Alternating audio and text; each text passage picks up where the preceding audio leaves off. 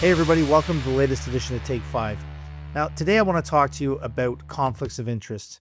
Sooner or later, someone's going to question whether you can be fair.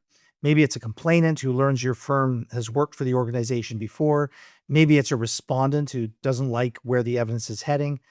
And these are okay. An impartiality challenge isn't an attack to take personally. It's a procedural issue and it needs to be managed cleanly. We have to handle these things in a way that gives people confidence in us.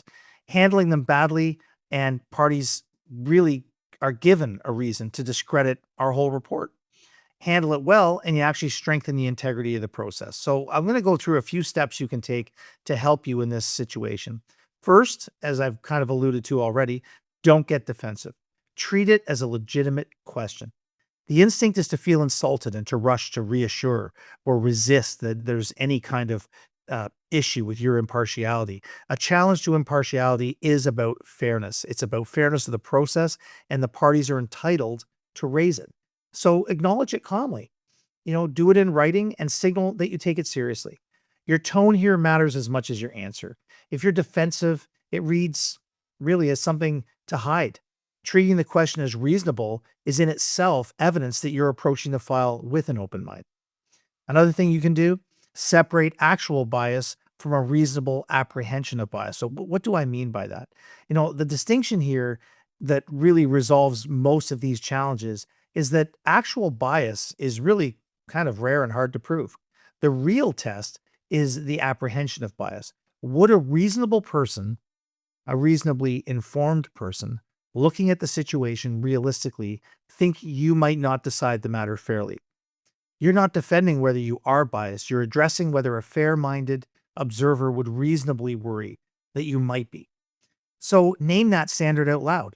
It reframes the conversation from your character to an objective test, which is where it belongs. Next, put the actual facts on the record. If you're providing vague reassurances, that's not going to persuade anybody. Specifics will. If the concern is a prior relationship with the organization, set out exactly what it was, who was involved, when it occurred, and whether the assigned investigator has any connection to the past situation that's going to work on the next situation, right? So a firm having done past work is not the same as the individual investigator having done it. Distinguish the firm from the person doing the investigating. Lay out the concrete facts that show no connection to the parties, the subject matter, or the outcome, and let the facts do the work. Next, point to the structural safeguards that are already in place.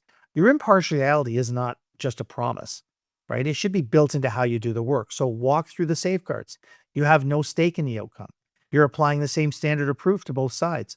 Both parties get the same opportunity to respond to anything that's said against them, right? And your findings, well, they're going to be well-reasoned and tied to the evidence. These structural protections matter more than any personal assurance because they don't depend on the parties trusting your character. They show the process is designed to be fair regardless of who's running it. Finally, decide, document, and explain, right? Then either continue or step aside. It's not a problem to have a conflict. If you have one, if there really is a conflict or there really is a reasonable apprehension of bias, well, then you must step aside. So end with a clear decision rather than leaving it hanging. In most cases, you'll conclude there's no reasonable apprehension of bias, and you can explain why in writing. So the reasoning is preserved on the record. But genuinely weigh whether stepping aside is warranted. Occasionally it is. And recognizing that is a mark of integrity, not weakness. Either way, document the challenge, your analysis, and your conclusion. The record is what protects the investigation if the issue resurfaces later. So, an impartiality challenge is a test of your process, not your character. Take it seriously, apply the reasonable apprehension standard, put the facts and safeguards on the record, and make a documented decision. Do that, and a challenge that could have derailed your file becomes proof that your process can withstand scrutiny. That's it for this one, folks. Thanks very much for listening. I'll see you next time on Take 5.